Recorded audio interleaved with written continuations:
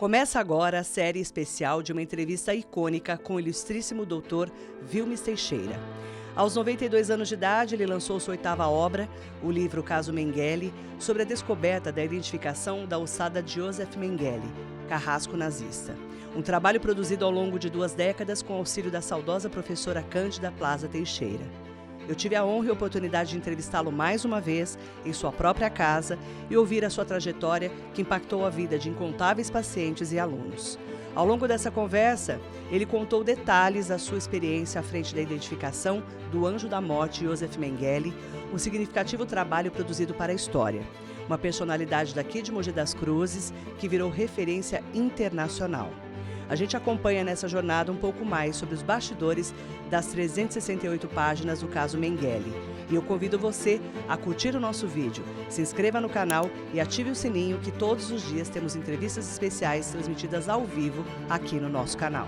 Eu fui um afortunado porque na minha juventude eu estudei no Colégio Bandeirantes de São Paulo. O Colégio Bandeirantes era considerado e ainda é levado em conta o melhor casa de ensino do Brasil. E é caríssimo. Mas como eu, modéstia, as favas, era sempre o primeiro aluno, eu tive uma bolsa de graça. Então meu pai, que era de classe média, não poderia pagar, claro.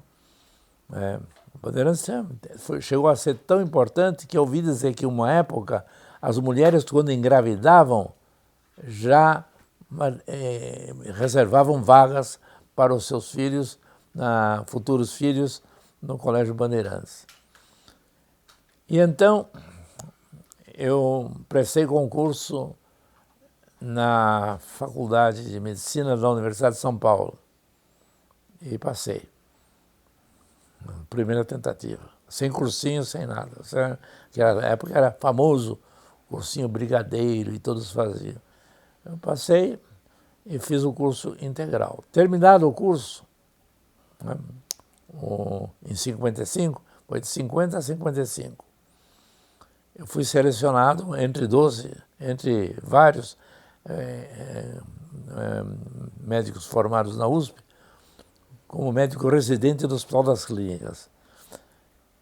E naquela época, 56, 57 e 58,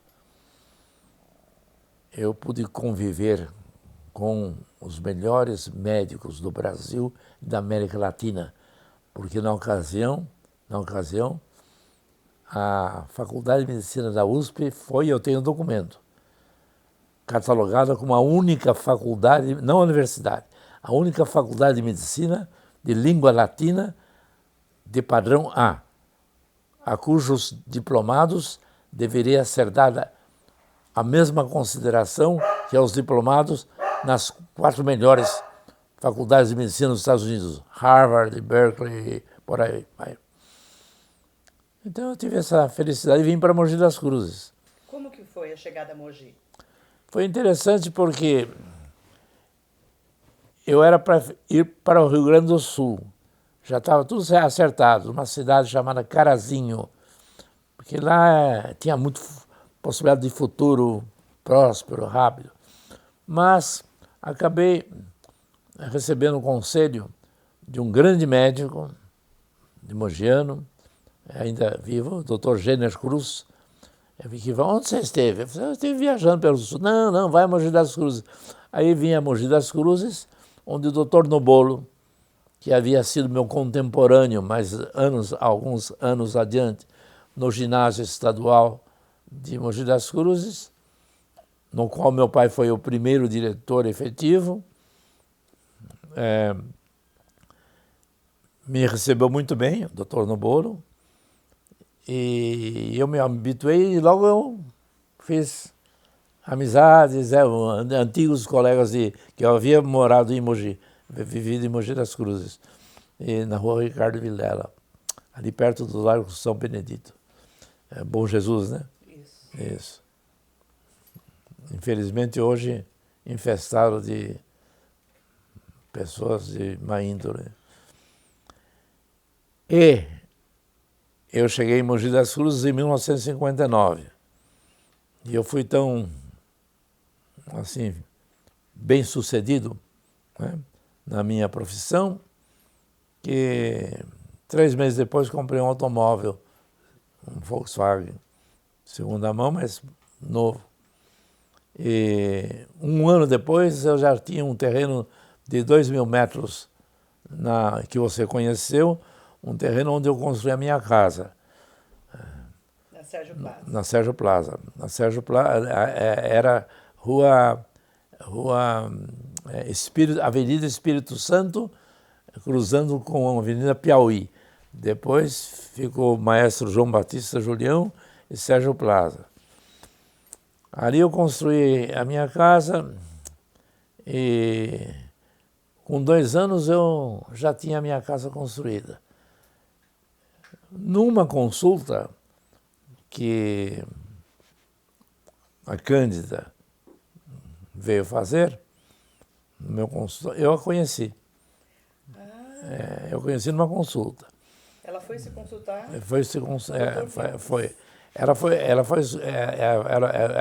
O pai levou-a para a consulta num médico famoso, chamado Dr. Djalma Tavares. Mas ele estava de saída para o Rio. E ele, sem me conhecer pessoalmente, com vários colegas dele, mineiros que trabalhavam aqui, tinham grande clínica, ele falou, vai consultar o Dr. Vilmes. Ela veio e aí eu conheci e foi namoro à primeira vista, né? Não deixei escapar. Não deixou. Como é que foi o flerte ali com a paciente? Não. Primeiro eu examinei direitinho, tudo. Ela viu tudo diferente, porque eu já tinha lençol descartável de papel, eu já tinha aventais preparados para colocar com abertura grande na frente das costas, para a mulher ficar à vontade e eu poder examinar na pele, né? Sim. Então, eu conheci a Cândida e caiu uma chuvarada. Ela veio com a tia dela, né, que era a madrinha dela. Caiu uma chuvarada e eu levei, era a última consulta, eu levei de carro para a casa dela, era ali na Moreira da Glória, no centro da cidade. E aí começamos um namoro. Em 1962, nós nos casamos em Campos do Jordão. E aí foram morar na Sérgio Plaza. Aí fomos morar na Sérgio Plaza. Essa casa passou por 2 reformas, alterações, claro, né? Mas desde o início já tinha piscina. E eram 2.000 metros quadrados. 2.000 metros quadrados de terreno. Como que foi o trabalho da doutora Cândida com o doutor Vilmes? Bem, a Cândida, sentindo-se assim minha esposa, ela se dedicou bastante à parte psicológica. Então ela fez o mestrado, posteriormente, como eu lhe contei, fez o doutorado em psicologia pela Universidade de São Paulo. E a Cândida, quando foi em 1985, né? 1985, junho de 85, o esqueleto do Joseph Mengele, chama-se Mengele, se falar Mengele na Alemanha ninguém sabe. Mengele, família era muito rica na Alemanha, viu? O pai dele era um empresário de uma fábrica de implementos agrícolas, família muito rica. Ele estava destinado, ele era doutorado 2 vezes. Doutorado pela Universidade de, me lembro, Frankfurt, e pela uma outra universidade, que agora não me ocorre o nome assim, rapidamente, mas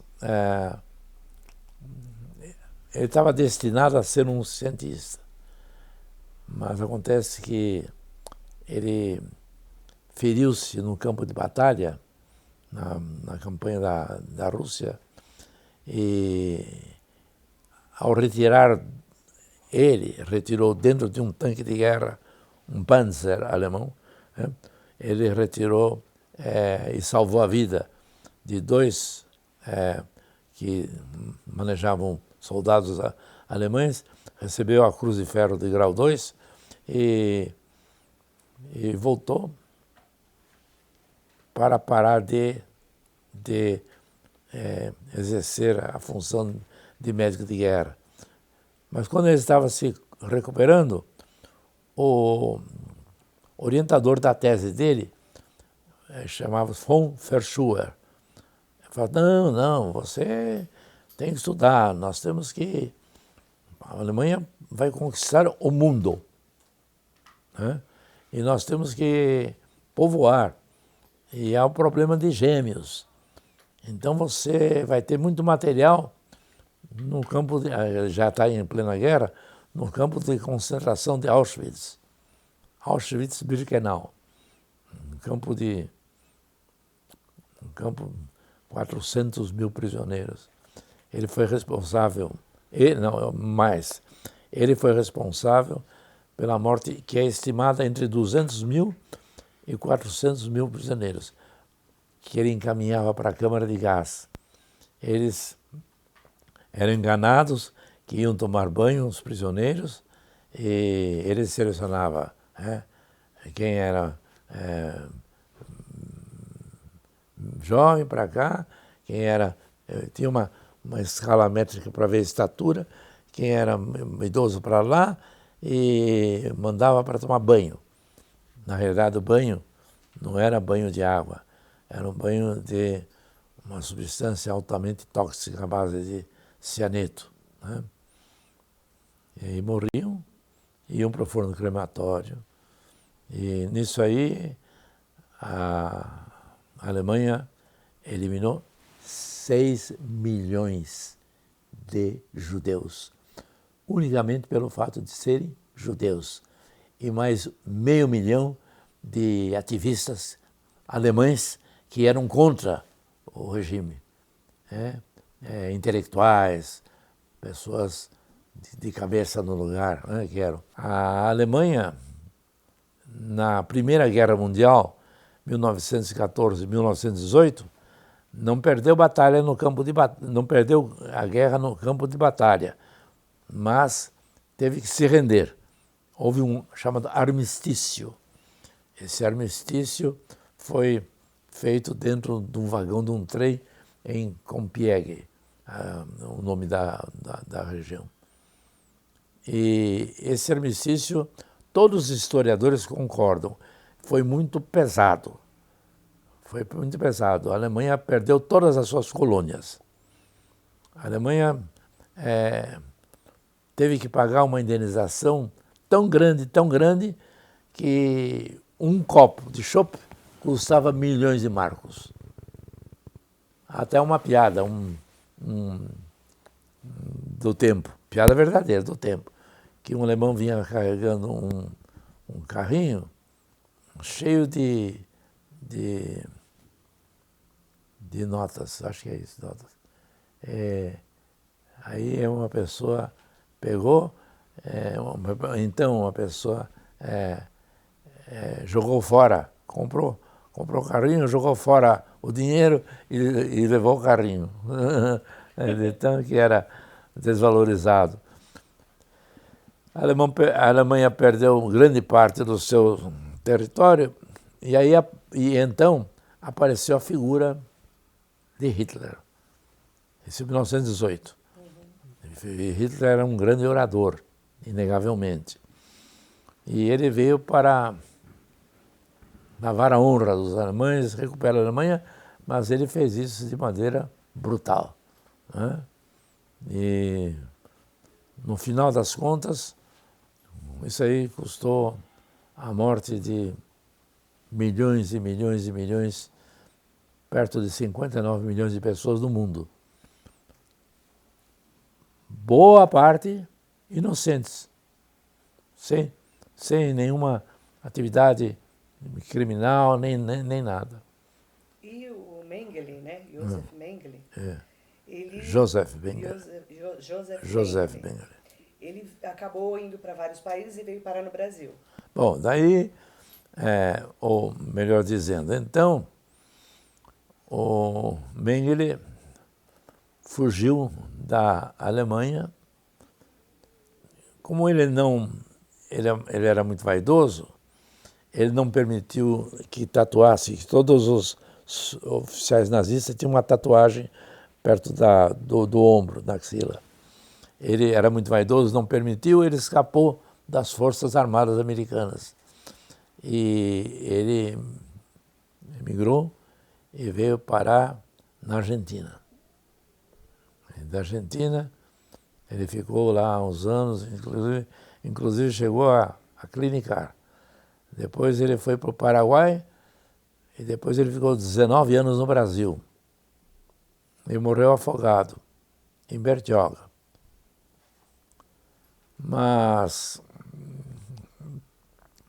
não tiraram as impressões digitais do cadáver, não pode ser identificado, e ele era protegido por um alemão chamado, acho que era Wolfgang Gerhard, se não me engano. E esse Wolfgang Gerhard entregou para uma família aqui perto de São Paulo. Essa família era chamada os Bossert, Bossert, nazistas fanáticos, que não sabiam que ele era o anjo da morte. O apelido Anjo da Morte vem da figura dele em avental branco, acenando na plataforma dos trens que chegavam lotados de toda a Europa, vinham trens lotados de judeus.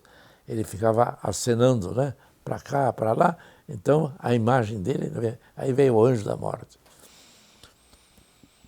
Bem, afinal de contas, um dia ele se revelou aos Bossert, porque ele era muito, corrigia muito, tal, aí perguntaram, aí ficaram sabendo a identidade, ficaram com medo. Né? Eu cheguei a entrevistar os Bossert, né, pessoalmente.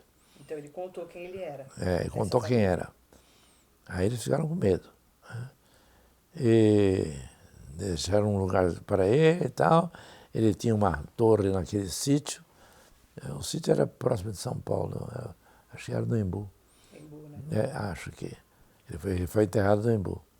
Ele foi enterrado na sepultura do Wolfgang Gerhard. Sepultura? E foi exumado. Quando ele foi exumado... Né? Ele foi exumado porque desconfiavam que era ele, então. Foi exatamente. Então, ele foi exumado. Correu a notícia da exumação dele. E que os peritos de São Paulo estavam já trabalhando, que era o esqueleto. Né? Isso aí foi em junho de 1985. A minha circunscrição de trabalho é Mogi das Cruzes. Né? Eu não posso trabalhar em São Paulo. Um juiz de Mogi não pode sentenciar em São Paulo. Então, nos Estados Unidos, há dois serviços de investigação importantes. O FBI, ou FBI, como diz, que investiga os casos de crimes ou de interesse, de aspecto criminoso, de interesse dos Estados Unidos, território americano. Agora, os fatos criminosos ocorridos além, quer dizer, na África, na Ásia, onde for do mundo, que sejam do interesse dos Estados Unidos, por exemplo, cai um avião norte-americano lá no Iraque, né? São investigados pelo United States Marshals, é o serviço de delegados de polícia americanos para o exterior. Bem, a perícia começou a ser feita, o esqueleto foi exumado no cemitério do Embu, que era o... Depois ficou ponto de romaria de neonazistas, viu? É incrível. Foi exumado e a equipe de São Paulo estava trabalhando e dos Estados Unidos perguntaram, vocês conhecem algum... Chamam lá antropologia forense. Devia ser osteologia forense, mas a antropologia forense é o estudo de ossos, esqueletos. Sim. Vocês conhecem algum da equipe do Brasil? Eles não conheciam. Lá no Brasil tem alguém que entenda disso? Tem justamente na região metropolitana, próximo a 60 quilômetros. É um Dr. Vilmes Roberto Gonçalves Teixeira, que aliás é membro da academia. Eu já era membro da American Academy of Forensic Science, Academia Americana de Ciências Forenses, que é a maior associação mundial que estuda fatos relacionados com medicina legal. E então os Estados Unidos mandaram como observadores 6 cientistas, 3 pelo Centro de Caçadores Nazistas de Simão Wiesenthal de Los Angeles e 3 pelo United States Marshals. Desses 6, 4 eram do meu estreito relacionamento pessoal e logo falaram, é o Dr. Vilmes, lá o Dr. Vilmes, professor Vilmes, já era do meu estreito relacionamento. Um deles, inclusive, havia estado em Mogi das Cruzes fazendo um círculo de palestra na Brás Cubas 4 meses antes, Dr. John Fitzpatrick, de Illinois. Ele estava na Argentina ajudando a treinar os médicos forenses argentinos a reconhecer esqueletos. Daquela mortandade, assassinatos que houve, você sabe, foi horrível, né? A repressão aos montoneiros, né? Foi horrível. E quando eu soube que ele ia voltar, falei, dá uma parada em Mogi das Cruzes, você ganha uns dólares, então fazer uma vaquinha entre os alunos, né? E os alunos contribuíam, claro, e ele deu uma palestra, eu traduzia, ele deu uma palestra sobre o campo dele de radiologia forense, em casos importantes, tal, e foi embora para os Estados Unidos. Então, dos 6 americanos, um havia estado aqui. 4 eram de um estreito relacionamento científico, estreito. E 2 alemães, que eu não conhecia, que eram muito bons. Dr. Rolf e Dr. Richard Helmer. Esse era um notável cientista alemão. Como eu falava também o alemão, eu havia estudado 2 anos de alemão, falava inglês, então eu estava, assim, como dizer, bem a calhar. Modéstia nas favas, de novo. E aí eu fui nomeado coordenador dos cientistas estrangeiros. Alta tarefa. E fui receber depois elogio por essa tarefa. Publiquei trabalhos a respeito, tudo. E essa é a história. E aí, doutor Vilmes, foi quando realmente confirmaram que era o Mengele. Nós confirmamos que era o Mengele e todos os dados batiam, né? Inclusive uma fratura antiga que ele tinha sofrido num acidente de moto, quando ele ia de Auschwitz para Birkenau, a motocicleta dele sofreu um acidente, ele sofreu um acidente na motocicleta e teve uma fratura de quadril que foi confirmada. Foi tudo. Ele tinha um diastema. O diastema é uma separação entre os dentes incisivos superiores, que era típico, que também foi confirmado no esqueleto pela separação do do palato, viu? Desde o palato vinha separando. Isso tudo foi pesquisado para Tudo. ter certeza que era ele. Porque não havia, no tempo, não havia DNA no tempo. Ainda Não não havia tinha. análise de DNA. Posteriormente, né, depois que o Dr. Alec Jeffreys,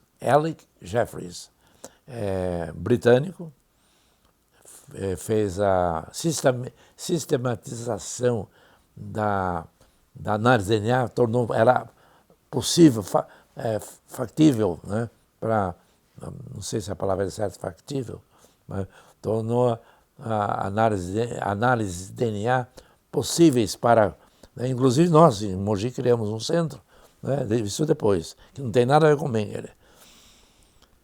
Ele identificou e publicou um trabalho a respeito, que era ele mesmo. Ele confrontou com o DNA de dona, acho que era Irene Mengele, a esposa, e Rolf Mengele, que era o filho dele. Aí foi confirmado com DNA Confirmado posteriormente. posteriormente.